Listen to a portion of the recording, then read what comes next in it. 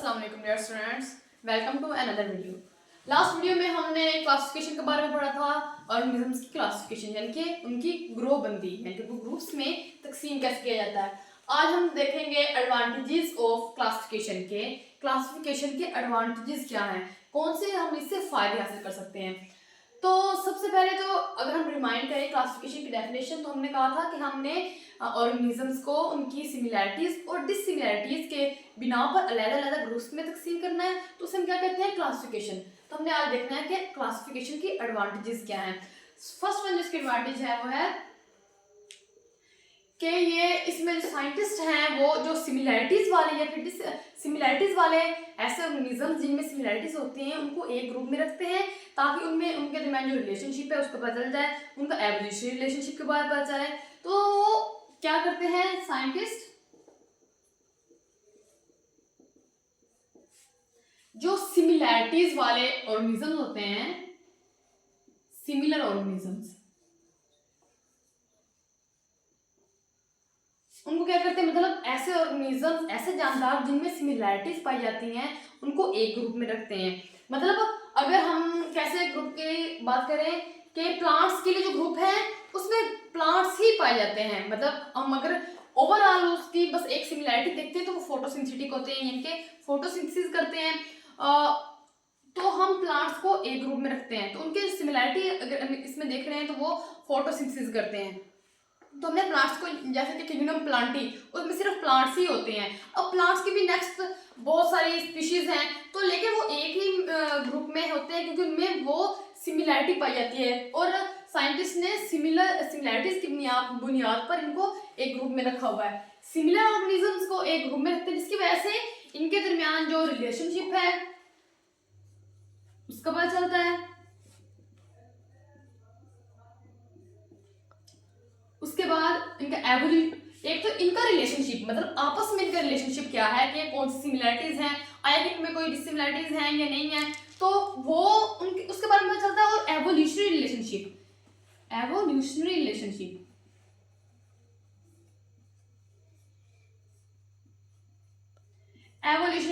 का कैसे पता चलता है। अब अगर हमारे पास एक ऑर्गेनिज्म है तो क्या उसका बाकी चाहे किसी और ग्रुप में है उनके साथ कोई ताल्लुक है। फॉर एग्जांपल अगर मैं एग्जांपल दूं कि ऑर्गेनिज्म ए है, बी, सी, डी, ई, ये मतलब अगर हम इसे अंसेस्टर कहें यानी कि जिसे हम अवावजात कहते हैं, उसके बाद उसके डिसेंडेंट्स हैं यानी कि आगे ऑफस्प्रिंग्स हैं। अब इसके भी नेक्स्ट ऑफस्प्रिंग अगर हम कर दें एफ, जी, एच, आई, जे, के, एल, एम और एन, मतलब ये नेक्स्ट इनके ऑफस्प्रिंग्स हैं। नेक्स्ट अगर हम इसे वैसे देखो तो ट्री डायग्राम भी कहते हैं। तो अब इसमें एवोल्यूशन रिलेशनशिप का क्या है, अगर हम इसमें देखेंगे कि आया कि जो हमारे पास ये एच ऑर्गेनिज्म है, ये एच की स्पीशीज है, इसका ए के साथ कोई रिलेशन है। एवोल्यूशन रिलेशनशिप मतलब जो मतलब कैसे रिलेशन कैसे पता चलेगा कि क्या ये एच इस एम के साथ रिलेट करता है। हालांकि अगर हम देखें तो इनके एंसेस्टर मुख्तलिफ हैं, इसका एंसेस्टर बी है, इसका ई है, लेकिन हमने ये देखना है कि ये एच इस एम के साथ रिलेट करता है। तो अगर हम देखें तो ये दोनों आपस में रिलेट करते हैं ए के जरिए, मतलब इनका जो पिछला कॉमन एंसेस्टर है, मतलब जो इनका एंसेस्टर मेन एंसेस्टर वो सेम है, तो इसे हम कहते हैं एवोल्यूशनरी रिलेशनशिप। फिर जब एंसेस्टर सेम था लेकिन जब आगे में एवोल्यूशन होती गई तो ये अलग-अलग ग्रुप्स में तकसीम होते गए, मतलब थोड़ी सी चेंजिंग आई तो अलग ग्रुप में रख दिया गया इनको। तो एंसेस्टर सेम था, एवोल्यूशन जैसे होती गई तो इनके जो एंसेस्टर थे, जो ऑफस्प्रिंग थे, वो आगे आगे मतलब और ग्रुप्स में डिवाइड होते गए। तो इसे कहते हैं एवोल्यूशनरी रिलेशनशिप। जब हम सिमिलर ऑर्गेनिजम्स को एक ग्रुप में रखते हैं तो उनका आपस में जो एवोल्यूशनरी रिलेशनशिप है उसको भी देखते हैं। अब हमने जब रख लिया सिमिलर ऑर्गेनिजम्स को, जो सिमिलर है उनकी सिमिलैरिटीज की बुनियाद पर एक ग्रुप में रख दिया, अब इससे क्या होगा, जब भी साइंटिस्ट कोई स्टडी करेंगे या फिर किसी स्पीशी को मतलब उसकी आइडेंटिफिकेशन करेंगे या उस पर रिसर्च वर्क वगैरह करेंगे तो उनको आसानी होगी कि इस ग्रुप में जो मतलब पाए जाते हैं, तो इसका होता है कि इजी और रिसर्च या फिर स्टडी, कोई रिसर्च कंडक्ट करते हैं या फिर स्टडी करते हैं तो इजी होता है, उनको पता होता है कि इस ग्रुप में जो ऑर्गेनिज्म पाए जाते हैं उनमें कौन कौन सी सिमिलरिटीज हैं या फिर उनमें कौन सी खूबियां हैं। ये उसका था पहला एडवांटेज क्लासिफिकेशन का। तो सेकंड एडवांटेज है प्रोवाइड्स फ्रेमवर्क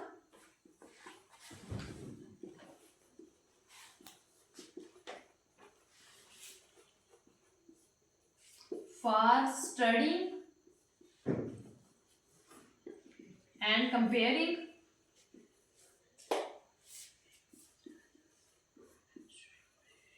डिफरेंट स्पीशीज।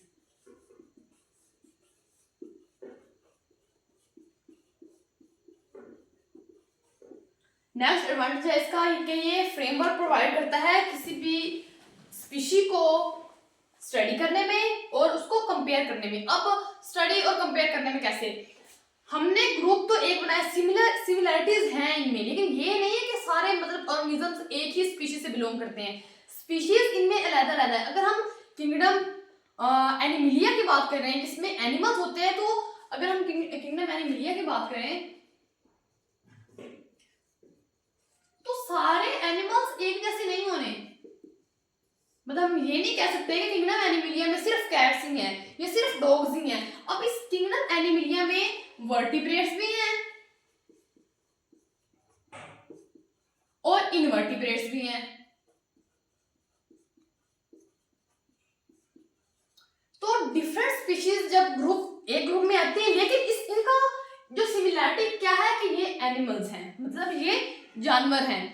तो अब ग्रुप सेम होना है, स्पीशीज चेंज होनी है, लेकिन कुछ सिमिलरिटीज हैं। तो जब एक ग्रुप में ये पाए जाएंगे तो इनके दरमियान जो मतलब यहाँ पर इनको स्टडी करने में भी आसानी होगी और इनको कंपेयर करने में भी, कि हम ये देखेंगे कि वर्टिब्रेट्स और इनवर्टिब्रेट्स में क्या फर्क है। और हम देखें तो वर्टिब्रेट्स उसे कहते हैं जिनके अंदर बैकबोन यानी कि रीढ़ की हड्डी मौजूद होती है, जबकि इनवर्टिब्रेट्स में बैकबोन मौजूद नहीं होती, लेकिन ये एक ही ग्रुप यानी कि एक ही किंगडम एनिमिलिया में पाए जाते हैं।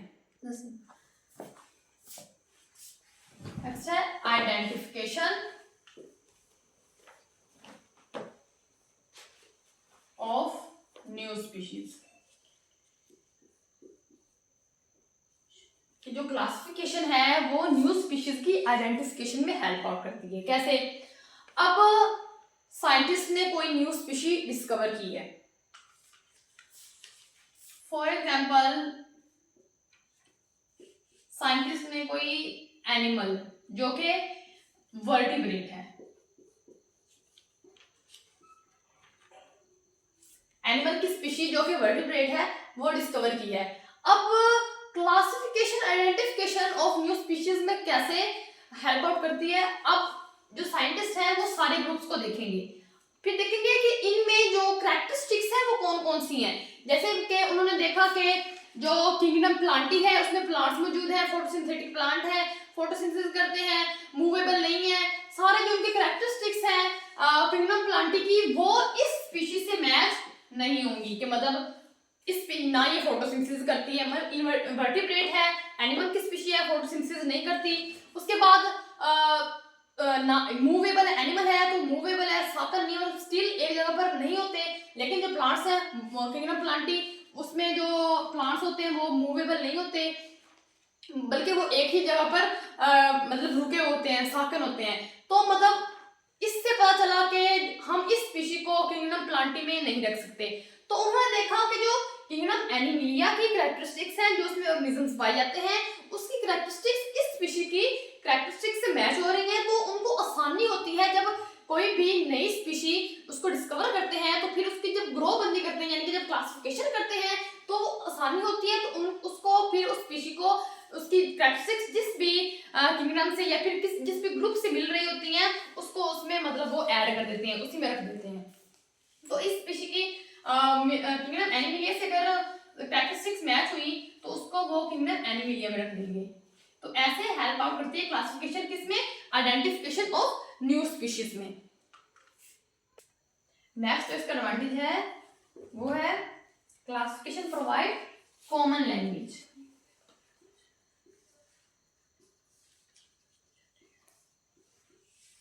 अब हम जिस एरिया में रह रहे होते हैं, फर्स्ट ऑफ ऑल हम देखते हैं कि हम जिस कंट्री में रह रहे हैं, तो हर कंट्री की अपनी अपनी अलग नेशनल लैंग्वेज है, मतलब अलग उनकी कौमी जबान है।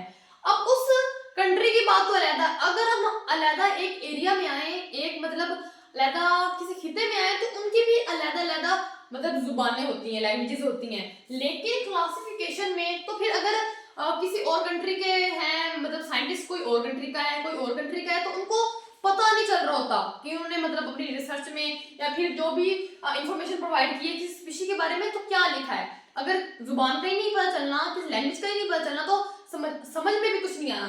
तो जो क्लासिफिकेशन है उसमें कॉमन लैंग्वेज यूज होती है, सब में कॉमन लैंग्वेज यूज होती है। मतलब किसी भी हम कह सकते हैं किसी मुल्क के हिसाब से नहीं, मतलब हर जो मुल्क होगा उस हिसाब से वो प्रोवाइड करेगा।